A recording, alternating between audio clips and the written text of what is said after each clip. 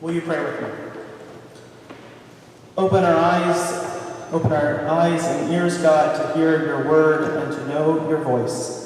Speak to our hearts and strengthen our wills, so that we may do your will. Amen. Amen. Good morning. Good morning. Now, I must start by admitting that this is partially a review of my year and partially a sermon, a little bit of a yearbook, if you will. So, bear with me a little bit as I tell you part of my year. He has shown you, O mortal, what is good, and what does God require of you? To act justly, and to love mercifully, and to walk humbly with your God. What does it take to be the ideal Christian? I've thought about this question a lot throughout a lot of my Christian adult life.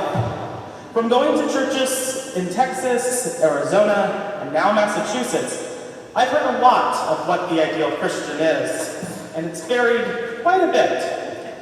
So I decided, what better time to try and figure out that question than writing a sermon for 2 weeks. What's the ideal question and what's the ideal community? Easy questions. Some could even say, easy as 1, 2, 3. That's my sermon title, guys. So while I often ask myself the question of what was the ideal Christian, I decided to reflect a lot on the verses from Micah and the 3 things God requires from us, and how I've seen those actions in the people and places I've been throughout my year. So first, act justly. When I was thinking about how do I act justly, for me, this seemed to be one of the hardest questions for me to answer. But as I reflected on my time here at Church of the Covenant, a church living into that idea of acting justly, before Covenant, I had never quite experienced a church that went out and did the work of the church. From going to marches or protests to Pride and many other events, when looking for inspiration on acting justly, I looked here. Over this year, y'all have shown me that being part of a church was about more than just preaching about doing justly, or more about doing justly that you're required to do, but rather doing it all the time, doing justly in all the places you go, by all the means you can, at all the times you can, to all the people you can, as long as you ever can. That is from John Wesley, a little. Love mercifully and kindness. Now, I have been shown a lot of love and kindness this year, from Rob to Julie to Ben to Sherry to Becky to Beverly to Trina, and I'll even say from Katie and Mary Kate. I will even say that. That's true. But I have to say that I think what has showed me loving mercifully the most, and I know that none of you will be surprised by this, as most of you know my love for her, my dear friend Mary. Mary was the very first person I met here at Covenant, all the way back in September. I have to say, little did I know she would become one of my friends over the next year. Our relationship, while we are a little parted in age, just by about 5 years, it is a wonderful relationship. After my first service, I remember Julie and Mary, and I headed to Thai Basil. I also got a tour of downtown Boston and the library from Mary. I felt like I had my own personal tour guide, and I was only here for 1 week. And to this day, I will tell you that if I know anywhere in Boston, it is purely because of that tour with Mary, which is why I only know about 2 blocks of downtown Boston. But you know. And I have to say, after our meal, I thought that would be it for Mary. But Mary lived into that idea of loving mercifully. I got invited to her house often. She made me try lobster for the first time, which was all right. She offered my friends places to sleep when they stayed, and that was all in the first 2 weeks. She has kept it going and kept showing me that love, and that I am truly grateful for learning this lesson of loving mercifully from Mary. Now, the third part is walking humbly with your God. When I thought of walking humbly with my God, I couldn't help but think of my other work home, Women's Lunch Place, particularly the volunteers and the staff of Women's Lunch lunch place. Their humbleness and dedication to their jobs that are oftentimes not the greatest paying jobs, or sometimes even free jobs, has amazed me almost every day throughout my journey here at Women's Lunch Place. For example, I think someone who often shows that humbleness is my boss and the chef of Women's Lunch Place, Chef Sherry, who is with us today. Now, what amazes me about Sherry isn't that she creates a menu for 200 people 6 days a week, or on her day off, she wakes up early to come all the way to downtown Boston to see her Yav talk.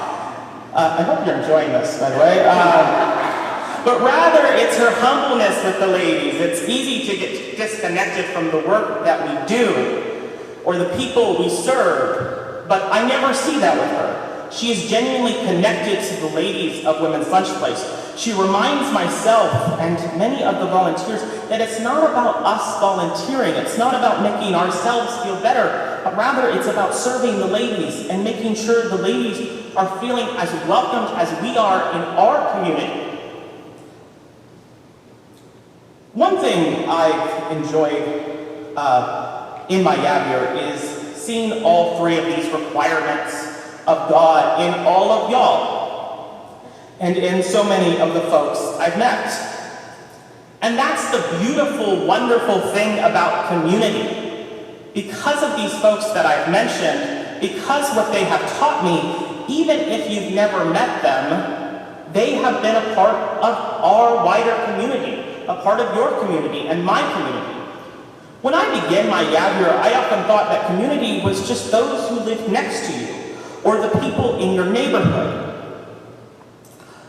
But throughout my Yav year, I've learned that our community goes beyond our work sites, beyond our neighborhoods, beyond Boston, beyond our own walls, heck, even beyond walls that people try to build. What I love about the Acts text, the two things that I love, it teaches us that to make community work, we must be of one heart and mind. That doesn't mean we always have to agree on everything. We don't have to agree on how we do justly, or how to love mercifully, or how to walk humbly with our God. We just have to do it. Secondly, it teaches us that when we are in community with God's grace, nobody is needy, which is a beautiful thought, a thought that sometimes seems impossible. But we're taught that it's possible, and heck, I would even say you don't even have to sell your home and give the profits to the needy. It takes working together for the good of not ourselves, but rather working together in the community that we're in.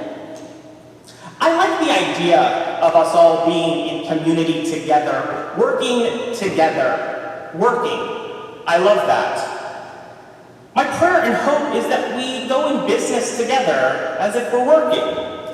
The reaching business. We must reach forward so we can be the best community members that we can be. We must reach out because all of us are inextricably connected one to the other. We must reach up because our power comes from our connection to God's grace.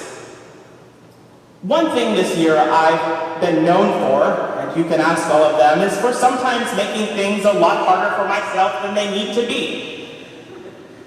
They all laughed. You see that? Like asking myself the question of what's the ideal Christian, or wondering how community works, and sometimes not opening my eyes to the answer that is in front of me. With so many folks doing or showing me the answers to those questions, I pray that all of us will be the ideal Christian, like so many of you have been to me and showed me how to be.